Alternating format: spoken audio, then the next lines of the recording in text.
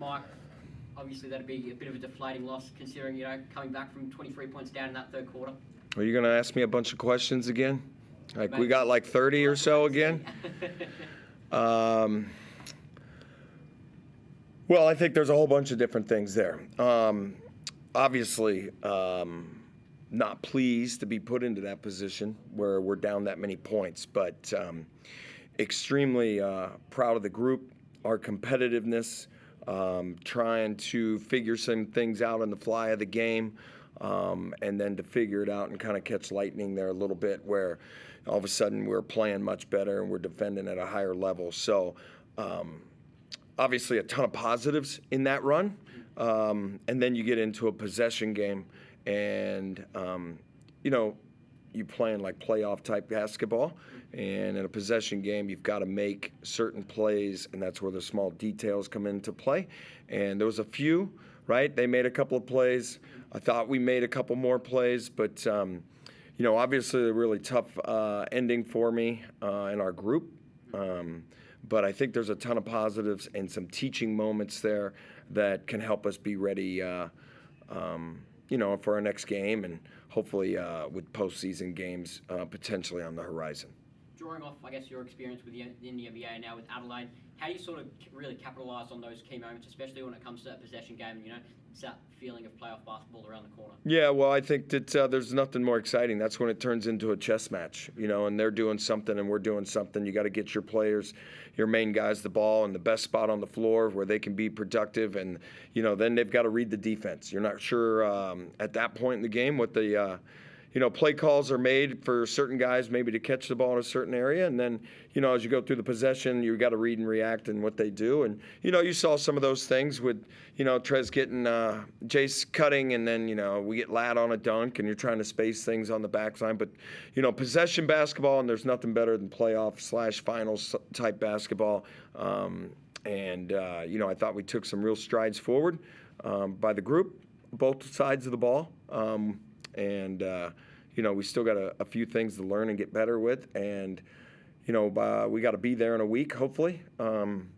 We've also had to play some really, really unique and some different lineups that I haven't had to play. We've stayed with a big lineup the majority of the year.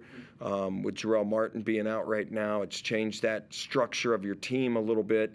And then we were searching for different answers. And,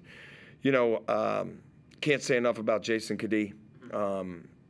What he was able to help us orchestrate and his plus minus and, his leadership out there and trying to get guys in the right space. And that helped us, whether it's on the offensive end or on the defensive end, that helped us function.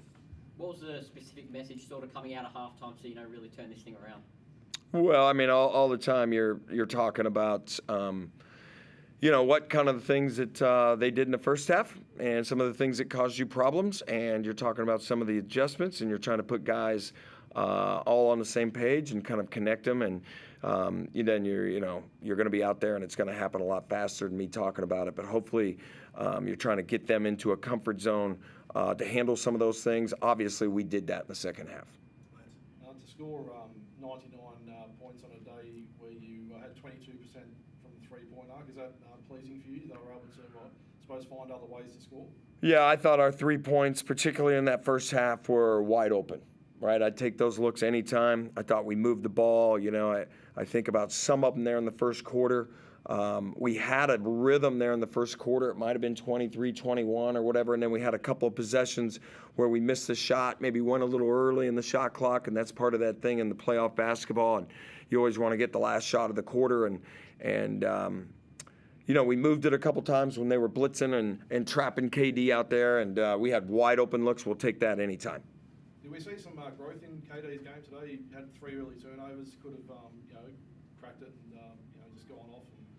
But he really turned into a good player for you as the game wore on. Yeah, I thought, that give Southeast a lot of credit and kind of the pressure and the different things that they try to do. They try to send him left. They want to blitz him. They want to make him a passer after he's going left. There's all these different things that they're trying to do within their game plan.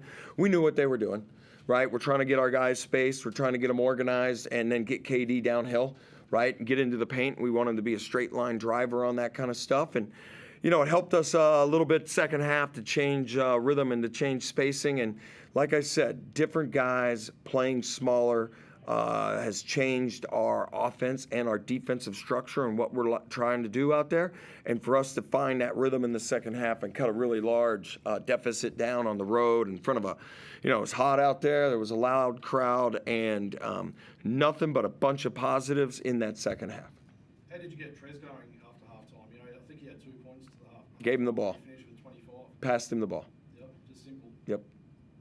And was he more assertive though, do you feel, as though? Well, because obviously we can't hear it from where we're sitting, but... Nope, passed him the ball. Yep.